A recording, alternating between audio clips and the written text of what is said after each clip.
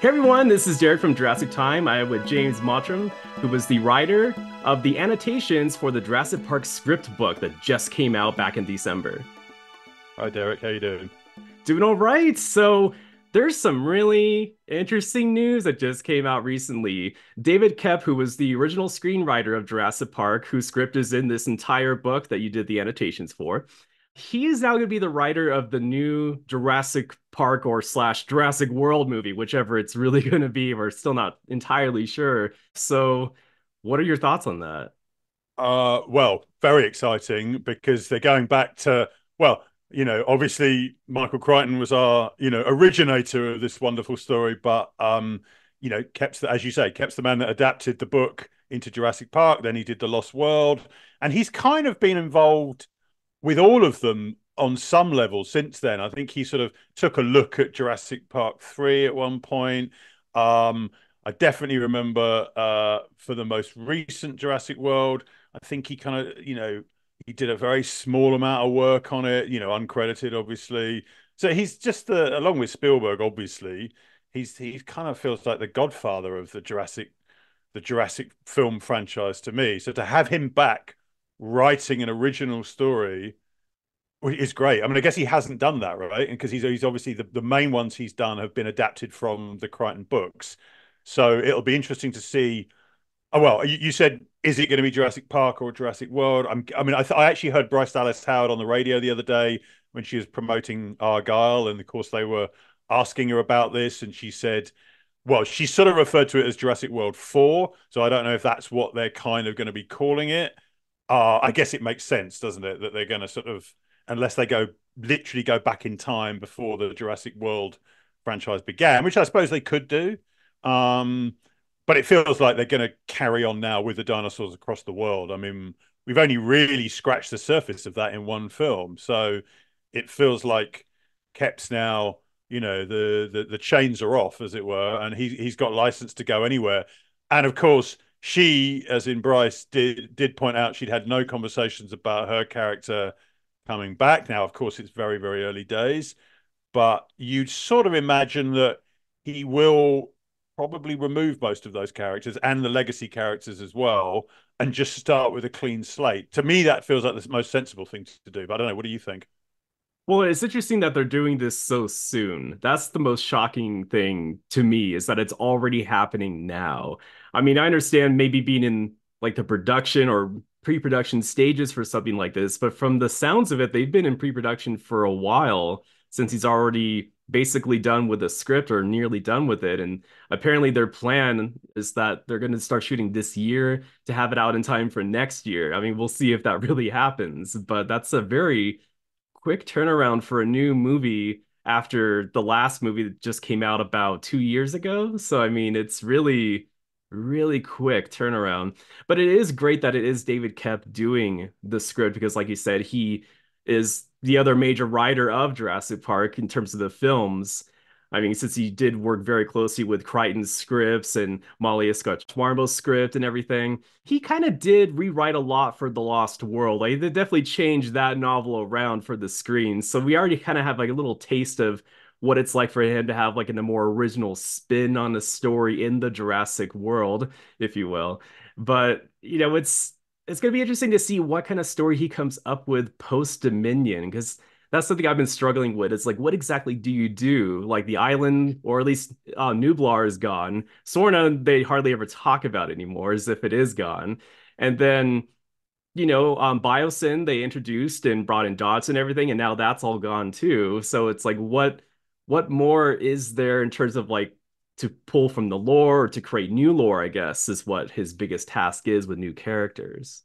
Yeah, no, I've wondered that too. As to will they just abandon the Crichton books in the sense that they've already been mined, and I mean, I wondered if the Netflix animation show, if that might provide some sort of, some characters there could be brought to life from, the animated show into reality. I don't know if that would work, if he would do that. I mean, that was a popular show. Yeah, I don't know. What do you think? Do you think that could work? Yeah, I mean, actually, there's a sequel show coming out on Netflix called Jurassic World Chaos Theory. And it's going to continue with the characters from Camp Cretaceous. So I don't know. I mean, since they're doing that, I feel like, well, they're probably not going to do a movie with them now, but I guess it is still possible because they are pretty popular characters at this point. So I mean, anything is really possible to have any kind And of yeah, crossover. and I think the thing is, we all think as Jurassic fans, we all think about Koepp as the as the Jurassic writer, and of course he is. But you forget what other amazing stuff he's done. I mean, he did the first Mission Impossible. He did the original Sam Raimi Spider-Man. Recently, he's just had in Sundance Presence, this ghost story that's directed by Steven Soderbergh. He did another Soderbergh movie a couple of years ago, Kimmy, I think it was called. So he's not, they're not just wheeling him out because for fan service. The guy is a regular writer. He's writing novels as well and publishing novels. So he's continued, working on great stuff and producing good movies, and which I think really has a reputation as one of the best writers in Hollywood, for a reason. So I am excited to see what he does, even if they don't return any characters, say like Bryce's character or Chris Pratt's character. Do you feel like they're going to make reference to events of Dominion or earlier, as you say, the lore, basically? Do you think that will happen, or do you think it will be a real wipe the slate clean? We know there are dinosaurs in the world. Let's just invent some new adventure. I don't know. I'm curious to see what shape that story will take. Yeah, I mean, I think it kind of depends on how far in the future of the timeline we're going. Like, what if it's set 20 years from Dominion to see how the world has really changed with the dinosaurs out? I mean, there's a lot of possibilities, but the only danger is for it becoming too much like Planet of the Apes, which there's already a new movie coming out for that. You know what I mean? Like, I'm sure they're aware of that. I mean, they even had a pair of the original writers that were doing the Apes movies for the first Jurassic World. They were originally attached, but then, they ended up, not using their script for the first Jurassic World. So the whole dinosaurs taking over the world scenario, like I just never really got into it. Almost didn't even really buy it either, to be honest. With the apes films, the apes are humanoid on some level, and you kind of relate to them as human characters.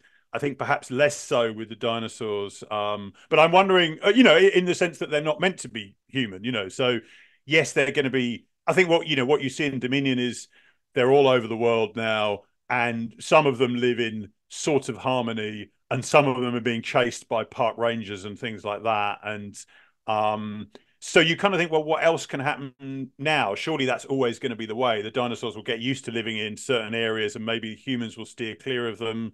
Or is it going to be a case of another another Dodgson-like figure coming in to sort of exploit them in some way? Because we were, they touched on, and I really wished there'd been more of this in Dominion. But you see the underground markets, which I thought was a really cool idea, and I don't think you saw nowhere near as much as I thought you were going to see of that underground market, because of course they had action, fights and chases all the way through that market, so you're only ever going to glimpse it.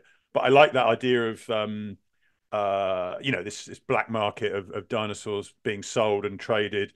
So I guess maybe they'd continue with that, but um, unless you get another John Hammond-esque figure who wants to sort of, well, not necessarily create a theme park, but something specialist that very wealthy people can uh come in and have an experience with the dinosaurs. But again, that sounds far too much like the original Jurassic Park. So yeah, it'd be really interesting what on earth Koepp has done with it. I mean, do you think we could see Blue or Beta again? I mean, certainly Beta, the younger one. I mean, that would go, give some fan service for people that love those characters, if you will, from the Jurassic World movies. But I mean, it's as long as they don't go the human hybrid route. I mean, that'd be one way to have a human connection with the dinosaurs. Like, grab those ugly ideas from Jurassic Park 4 that never happened. The legendary John Sayles script, you mean? Or yeah, well, maybe he's just maybe him and Sayles have secretly got together and cooked up. Well, that was a crazy script, but it rather than doing something a bit more, well, tied to the original theme park sort of thing, and then I suppose you had Dodgson and Bios in doing something completely crazy with like some mad guy in a castle with crazy dinosaurs and things. That might be fun. I mean, but it also might get laughed off the screen. So I just don't know with something like that. Yeah, I think they learned after the reception of the script when it leaked, like 20 years ago or however long it was. And, I think they knew wisely not to go down that path, even though they had some cool designs and some cool ideas. But it's just that's for a different movie, not for a Jurassic movie, I think everyone agrees with. Now that Dodgson's out of the picture, they're like, oh, we just moved all the dinosaurs that are running around to the Biosyn Sanctuary. So, maybe they'll, like you said, have some Hammondly like figure try to like allow rich people to come there just to view them. Like we're not creating anything anymore, we're just viewing. But, there's still, like you said, a lot of untapped material to expand upon post Dominion, including like, who else is creating dinosaurs illegally? Because someone must be, because there wasn't that many dinosaurs on the island to, different species. Yeah, rather than human dinosaur hybrids, maybe it'll just be sort of continued experimentation, mutations possibly, and some kind of outbreak like that. But then it turns into a sort of an alien style movie. So yeah, it's a really tricky one as to what to do with that.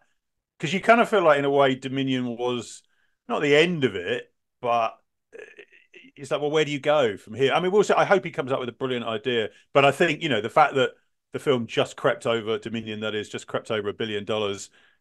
They're always going to go back and tap that market because the Jurassic fan base, as we well know, is huge, and of course they're going to come out and see something. I mean, I think you're right. I think 2 years is a bit soon. Maybe like 5 years would have been a nice, nice little gap that would have created that real hunger.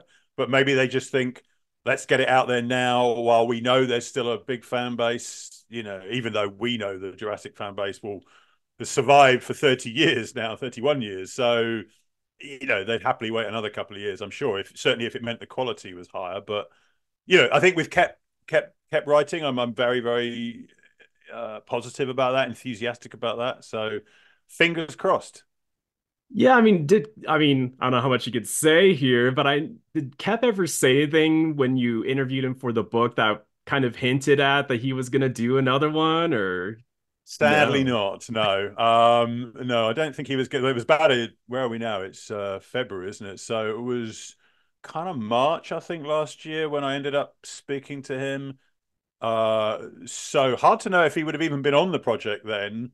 Probably not, but maybe he'd had early conversations. But no, obviously we stuck to Jurassic Park, and yeah, I don't think he was going to tell me 11 months in advance of that news breaking that he was working on a secret Jurassic World 4 story. But yeah, I'll be very curious to talk to him again at some point about what he actually got to do and how he steered that script, because like we were just saying, he hasn't actually done a full Jurassic script since The Lost World. So yeah, it's great to have it. I mean, really, that's 95, right? 96. Yeah, it's been a long time since he's properly put his mark on a Jurassic story. So although, as I say, he has kind of been involved in small capacities along the way, and he's obviously watched from the sidelines as the Jurassic World franchise has grown. So yeah, he probably thought now is the time. I feel like I'm ready to go back and and do it. So yeah, but I'm a big fan of his. I think he's great. He was also incredibly generous with his time. I'd already spoken to him for the Jurassic Park visual history book, and I went back to him for a second time for the script book. And yeah, he was, he like as I no doubt I would be. There's some things he struggles to remember now because we are talking 30 years ago, but there are some moments he's very sort of clear on, and yeah, so he's a brilliant guy. Yeah, what was the process like to talk to people like David Koepp and, anyone you interview really for these books? Well, luckily I had, well, for two of them, I only really spoke to three people because obviously I really wanted to speak to obviously people connected to the script. So obviously Michael Crichton sadly passed away a long time ago, so couldn't speak to him. I had been in touch with his wife and his daughter again for the visual history book. So I did try and connect with them to see if they had anything, let's say old scripts that might have annotations on from him, that type of thing. anything like that. But I didn't really get very far with that, unfortunately. So obviously the main people to get hold of was David, who I'd already spoken to for the visual history book. And then thanks to your good self, Rick Carter, who again I'd already interviewed, but it was you that obviously pointed me in the direction of Rick's own unique script, let's call it. So I think Rick was the first person I spoke to actually, and then David not long afterwards. And then, the big one for me was tracking down Malia Scotch Marmo, who obviously wrote the kind of middle script, let's call it, between Crichton, Crichton, Carter, then her, then Koepp. And she, as far as I'm aware, because I sort of Googled her extensively, hadn't really talked about it since the making of book by Jody Duncan back when the original movie came out. And there's a few quotes from her in that book. And, she's had a, lovely career before and after Jurassic. And obviously she's not credited on Jurassic Park, but, and she just, it was a long time ago for her, and she hasn't really spoken about it. So to get hold of her was fantastic. And she was, again, incredibly generous with her time and the fact that she did it at all, because it must be quite strange for a screenwriter who's not been credited to then talk about a project, because I'm sure that emotionally you would have invested a hell of a lot. This is albeit 30 years ago now, but invested a hell of a lot in that process, for those few months that she was on it. And of course, I think there is a quote from her in the Jody Duncan book about, she doesn't use the word heartbreaking, but it's kind of, when Spielberg finally called her and kind of said, I've read it, and it's a pass kind of thing. Not quite as sort of tough as that, but of course that's going to be heartbreaking for a writer, especially when you're working with someone like Spielberg. And of course they had a pre-existing relationship from Hook. So yeah, for her to come back to me and talk to me about, again, a project that she hadn't thought about probably for 30 odd years. And I know that from what she did that, shall I tell you the process of how I got to her? Is that interesting? And then, Yeah, because I mean, I actually tried looking for her for a while, and it was impossible to find her like on social media or like a representative kind of website or anything like that. So yeah, how did you get a hold of her?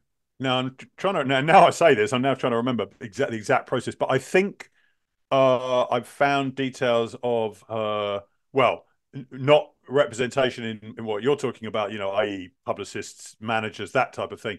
But there was a name and email address and number for her, what I assumed was her husband, and indeed was her husband, who I guess to some extent manages her affairs or so forth.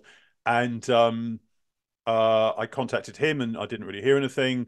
And then there was a phone number, and I thought, you know what, I'm just going to ring it. And I rang it and I got through to him, and he was lovely. Then I think eventually, I think we had a phone call and we spoke, and that wasn't sort of on the record. It was just a kind of like, she wanted to know more about the project. And look, in the end, she sort of admitted she's quite reserved, and she's not she's not publicity seeking or anything like that. And but she seemed to enjoy what I had to say and what I wanted to do with the book.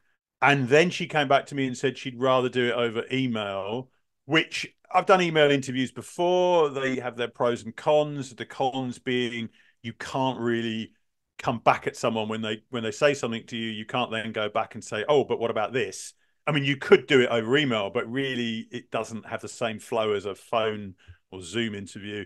So I was a little bit skeptical of that, but actually her answers, and she came back really quickly with her answers, and they were really good. And she went through a bunch of old materials, so she dug out script notes and that kind of thing. So she had clear memories of what she did, and that was sort of it really. The answers that appear in the book are primarily from those email answers that she gave me.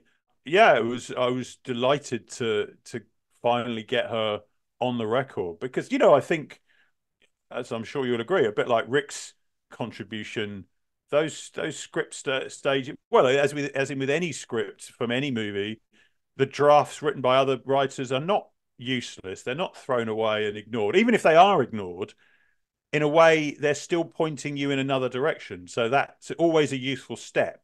And I think, from having read all those scripts that the Crichton ones to hers, well, via Carter's unique little take to her to Koepp are really interesting stages because things do float through all of them. And yeah, so I think she deserves, well, as I said, she's not credited physically on the movie, but I think in a book like this, I mean, she's certainly mentioned in the visual history book and in the Jody Duncan book, of course.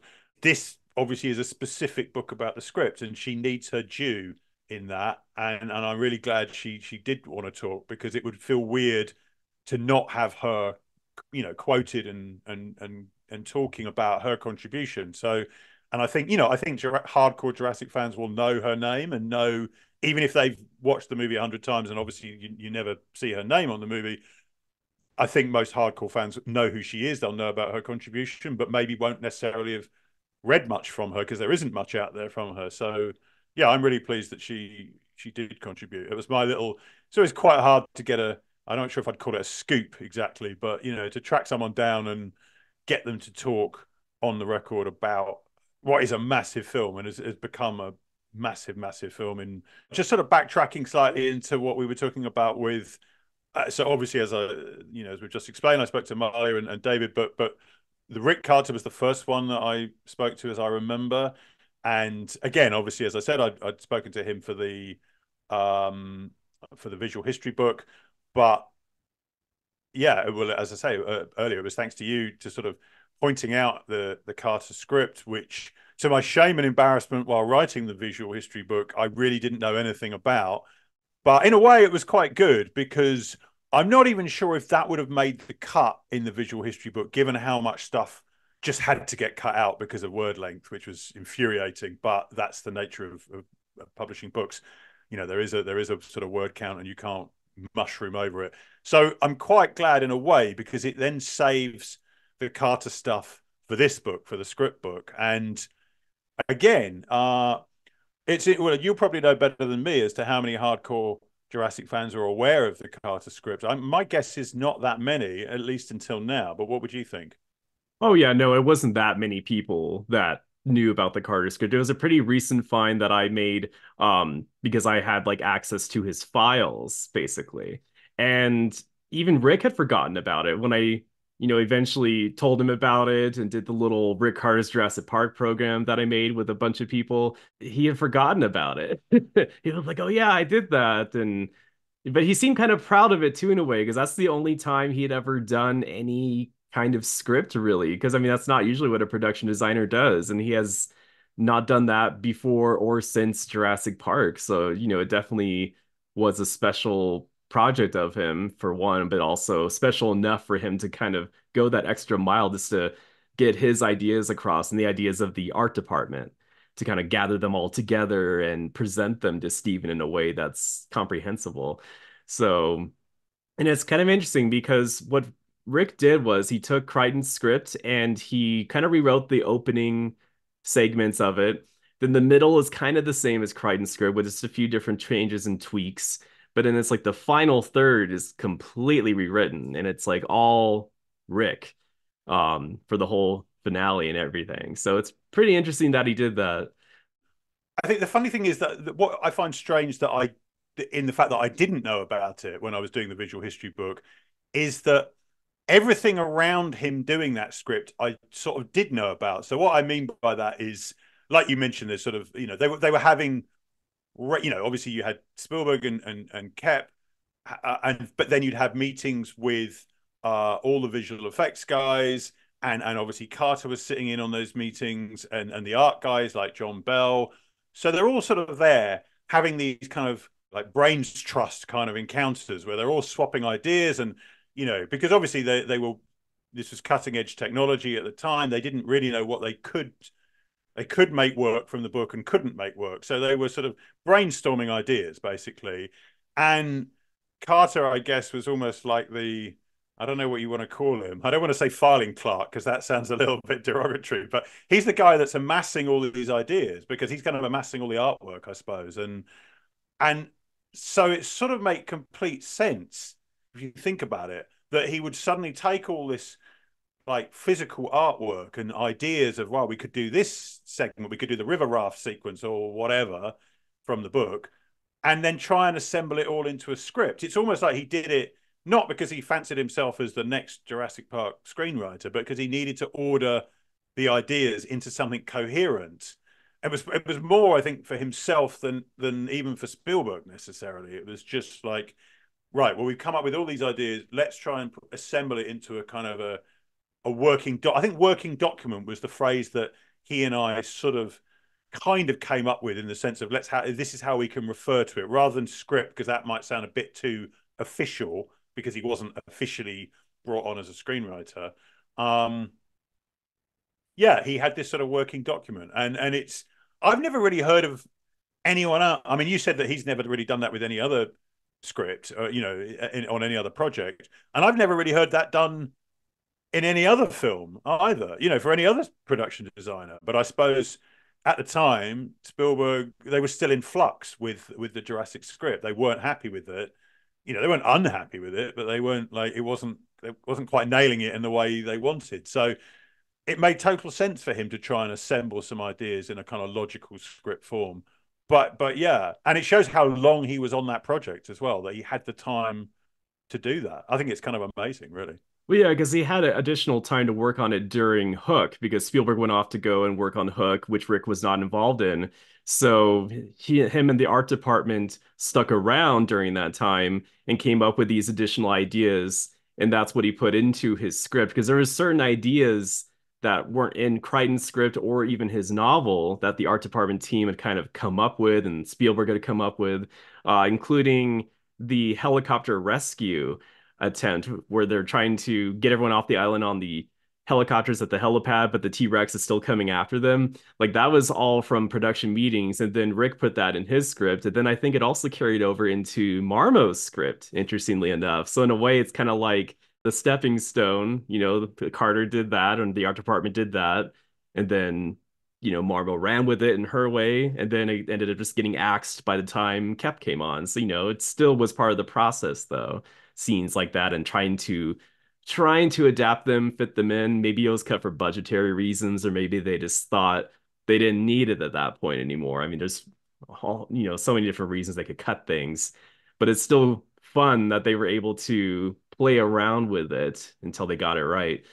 But yeah, it is good that it's being referred to as a working document, like you said, because yeah, he was never hired as the screenwriter, and I mean, I don't think he got like permission or anything, didn't need it, but he just kind of went off and did this because he felt like it was the right thing to do, and that's what it needed. Yeah, definitely. And there are some cool ideas in his one. That's the one with the squirting umbrella, isn't it, as well? I'm now trying to remember because there's so many scripts and ideas float between them. But that's the one with the raptor print. Oh, the spitter print. Yeah. They're being attacked by a raptor, and then like opens the umbrella, it's the spitter and it squirts water. They also had like the lava fields, which ended up being way adapted in Fallen Kingdom to a greater extent with the volcano. Yeah, because I think I asked Rick whether Colin would have seen that document, i.e., whether the lava fields would have, in Rick's script, would have inspired him, and I don't think that was the case. But you never know what Colin might have been rooting through the archives actually, and then come across that. You never know, but or maybe even Rick just told him at some point about that idea, and then Colin ran with it. But or it could just be a collective consciousness, that kind of an idea. I mean, it kind of makes sense, really, when you've got an island like that. There's going to be lava floating around at some point or another. But yeah, back to Rick's script, he had a ton of great stuff in there, and I think it's a well-written script as well. I mean, the guy obviously is very used to reading other people's scripts and breaking them down, so he knew about the construction of scripts, and he obviously knew the Crichton novel inside out. He knew what would work, and probably by that time had talked to the likes of Dennis Muren, etc., on the visual effects side, to know what might be possible, to actually realize these things, because it's all very easy writing it down on your typewriter, and a little bit more well, these days it is easy to pull all that stuff off if you know what you're doing with computers, but back then, as we know, they were breaking new ground. Basically, didn't even know if half of it would work. I think was pretty much the feeling coming out of those production meetings. But I think between Koepp and Rick's contribution and Malia's contribution, there was enough material there to talk about the script, because the key thing with the book was not to repeat material in the visual history book. And that's actually quite difficult because I'd sort of poured everything I knew into that visual history book. But, and of course, there was elements about the scripts in there. But yeah, I had to sort of go to just, I mean, it was great to be able to talk to those guys because you could ask them little bits and pieces, and get little nuggets about things that just didn't make it in the visual history book, or things that I never asked them in the first place. I mean, all the stuff from Rick could kind of go straight in there because I never talked to him about, because as I was saying, I didn't know about his script. Well, he didn't know either. He He forgot. didn't, well, yeah. He seemed, well, when I spoke to him, I'm surprised he didn't bring it up at some point, but I think that rather speaks to his modesty more than anything else. Um, but yeah, so all that stuff could go in there. Then the Malia stuff, as I was saying, was all kind of brand new. And then the Koepp stuff, well, like I said, I had spoken to him before, so I needed to go in on different angles and just try and drill down on certain scenes, really. Try not to get him to repeat stuff that he'd already told me, and and try and fix on different things. I mean, it was a very, very long time ago when he did that adaptation, and he's sort of like, I think he remembers some things, of course, but so you had to try and be pretty specific.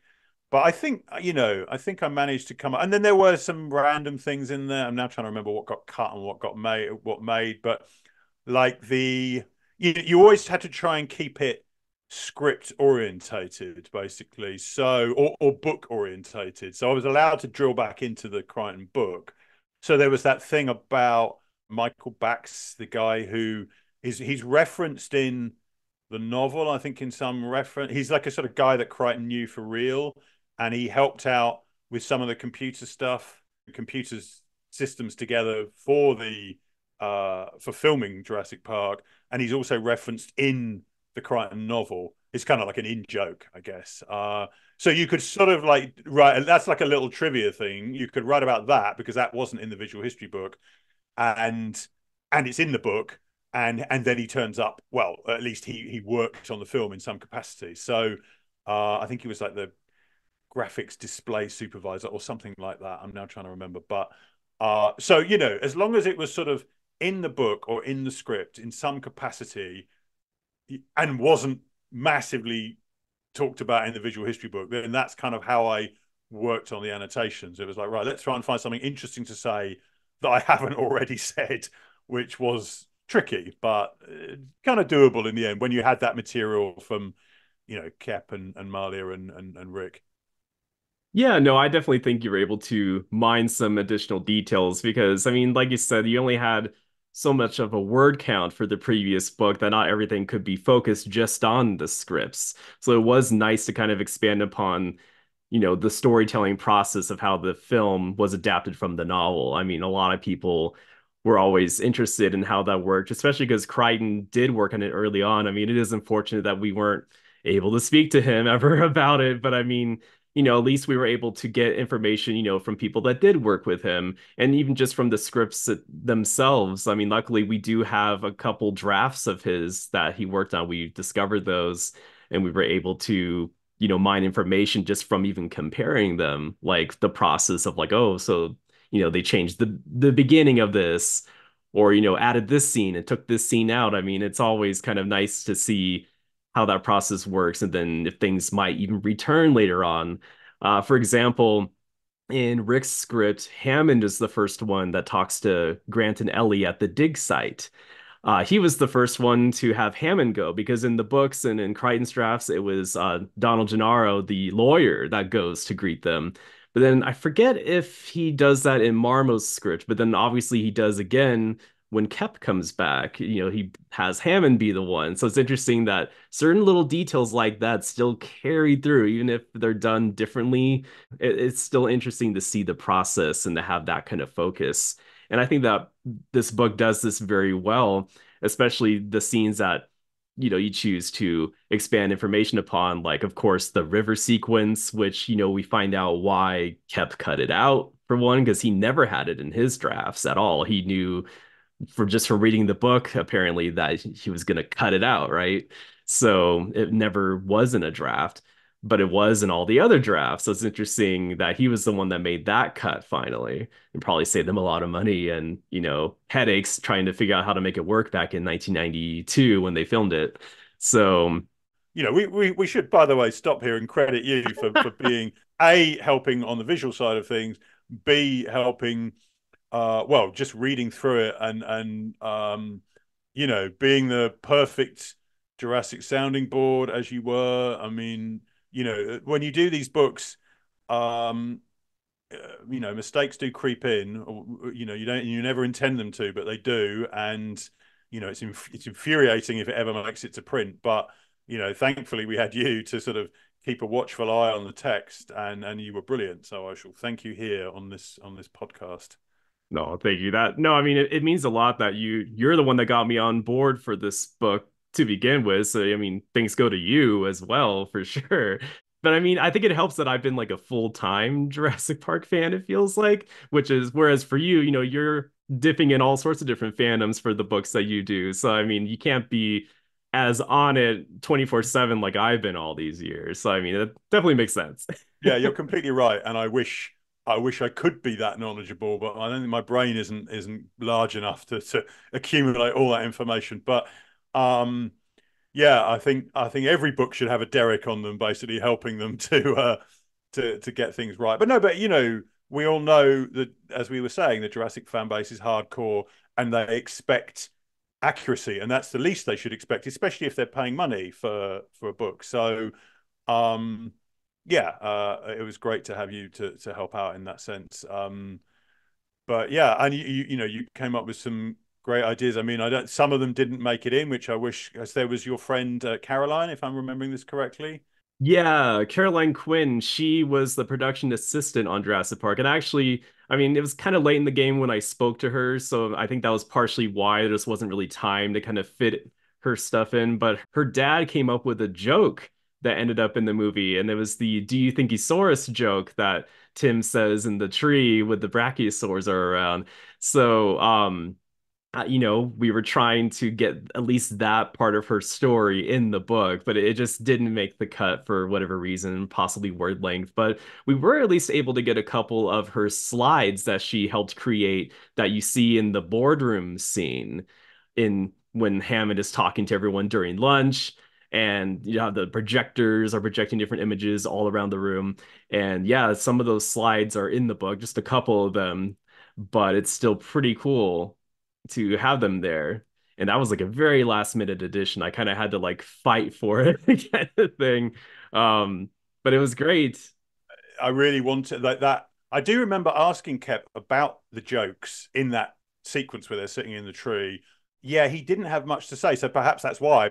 And yeah, it really should have gone in there, but didn't. And that's again all part of the process of writing a book, is that not quite everything you really want makes it in there. Yeah, it's a shame because it's good that it's out there now. You've told people about it, so hopefully people will hear this and will know that she deserves a little bit of credit too for providing that sort of tender moment in the tree. Oh yeah, her dad does. I mean, it was literally a dad joke that her dad told her. So it's like dad joke literally became a dad joke in the movie.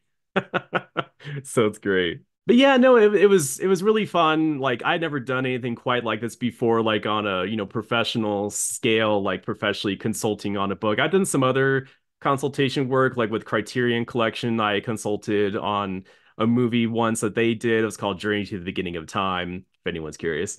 It also has dinosaurs in it, so there you go. Working on this though, which is really fun because I was amassing so much information to try to, lend to them to fill up the book, including like certain images that, Universal didn't have that the artist had done. I mean, that's the thing. It's like these artists like John Bell and David Lowery, they really poured so many hours and thousands of sketches into just one movie, let alone how many more they've done since. I mean, that's just crazy. Their hands must be extremely tired.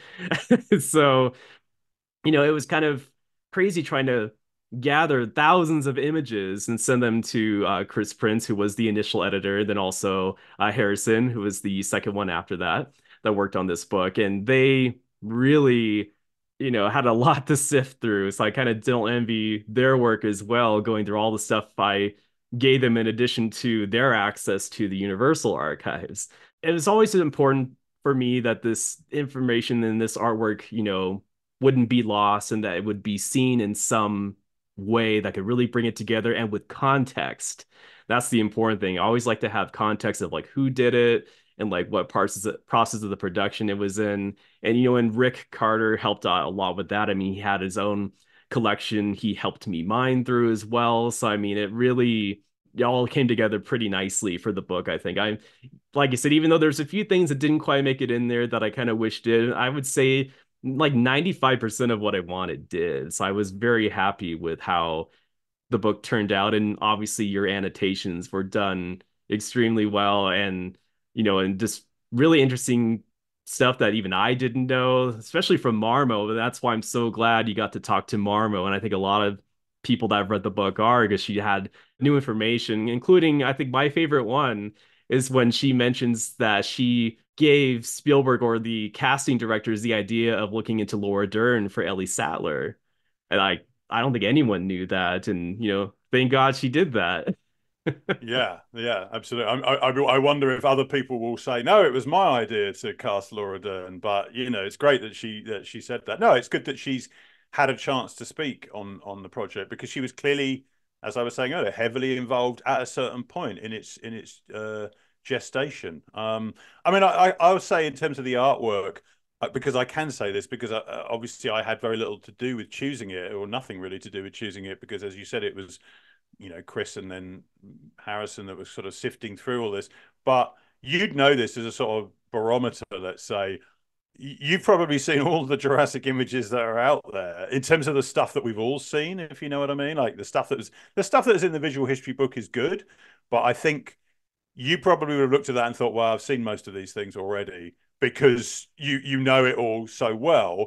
So the fact that the script book can come out with stuff that, well, you'll know it because you helped source it, but probably a lot of your friends who are hardcore fans may not know a lot of this stuff, and because it's coming from quite rare archives and sources, and I mean, certainly I hadn't seen a lot of this stuff. So, and as you say, it's great to put it in context as well, rather than just putting random images in there. But they do make good companion pieces, those two books, if you're a Jurassic fan. I think in a way, the things that perhaps I wasn't able to include in the visual history book, whether it's artwork or text, some of that at least has gone into this. So they do work together well. Not that I'm convincing everyone to go out and buy both of them, although of course I would like that. But you should. But you should. Between the two books, they're a huge deep dive into the making of that, certainly the making of that first film, and obviously with the visual history book, it touches on, well, more than touches on the Lost World and Jurassic Park 3, has its own chapters devoted to those. So, yeah, I think if you're a huge Jurassic Park fan of the first movie, both of those books will give you an enormous insight. And I think judging by sort of reviews I've seen, I think people were quite surprised. They thought it was going to be a bit of a quickie book. The script, obviously, that's the key thing. The kept sort of working version is the script that we build the annotations around.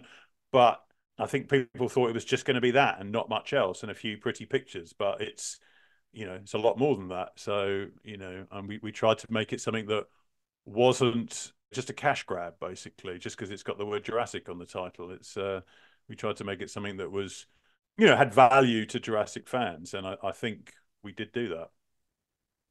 No, I definitely think you guys did, and I'm so happy to have been a part of it. I mean, that's kind of like a little Derek's dream to have been involved in like an official Jurassic Park product, especially one that involves like the scripts and the artwork. Because I remember when I was like a little kid and I read the Making of Jurassic Park book, the Jody Duncan one, and was just so entranced by all the images and the information about like, oh, how the story came to be and everything, and also wondering like why isn't that in the movie? Like seeing the pictures of like the river sequences and everything. So, that was like to be involved in a book that kind of expands upon what began back in 93 with those kind of books. It was just, I couldn't be happier. I mean, that's why I hope that we can do more of these, even like a Lost World book would be a good idea. So we'll see.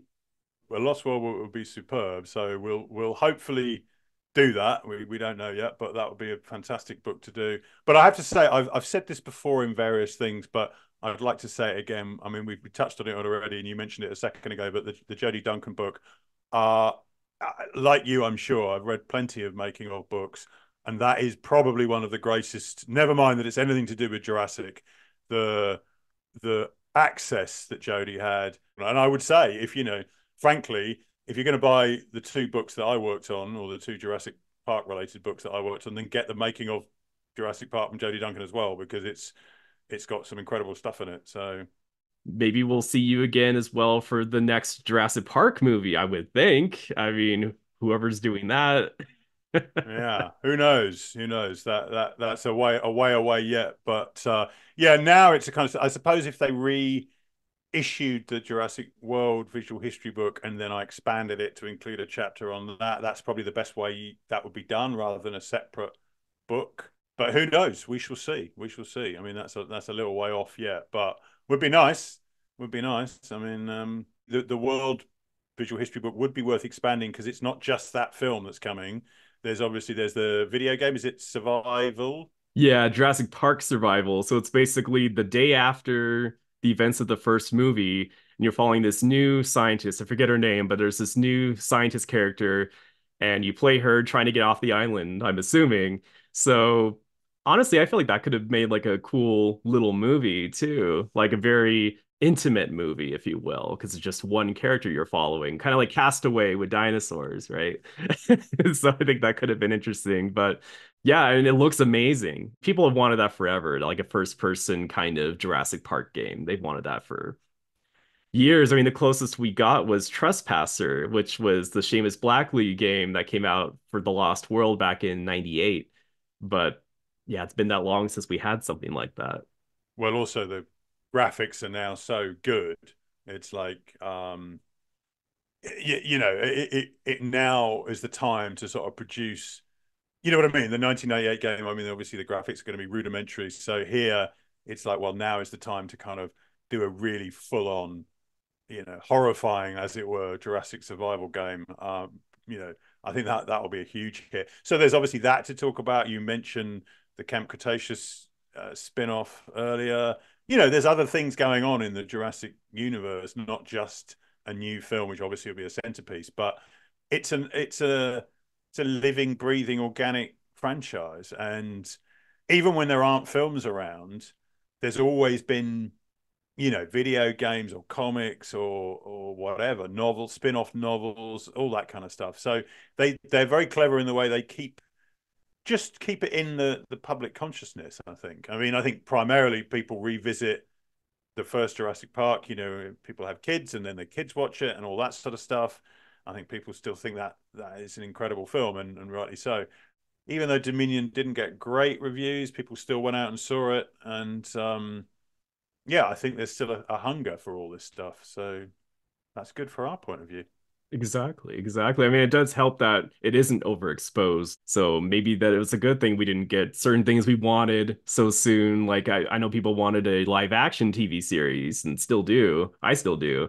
Maybe like a TV series about the creation of Jurassic Park or even the creation of Jurassic World might even be more interesting because it's like there's like a 14-year gap between those two movies. Like what happened during that time? We still kind of don't really know everything, to be honest, unless you go into like viral marketing kind of stuff for minor explanations of things. It's something people have wanted to see. So there's definitely a lot of venues that can go for the past and the future, but life will find a way. Very good. Very good. Well, thank you, James, for coming along and talking about how this amazing script book came to be in the process on all the books that you've done for the Jurassic universe, and hopefully more to come. Well, yeah, thank you for having me, Derek. And again, thank you for your help along the way. You've been a huge supporter, so it's all much appreciated. And yeah, I hope people really, really dig the book, and maybe we can come back one day and talk about a Lost World script book. That'd be great. Yeah, no, that'd be great. I mean, I guess it would mean I have to do another crazy video like the one I did where I was running around my little preserve and stuff. So maybe it'll be a little fun excursion to do something else like that. I'll go to San Diego. Who knows? But but yeah, no, great. I mean, thank you for coming along, and we'll talk soon. All right, man. Take care. Cheers.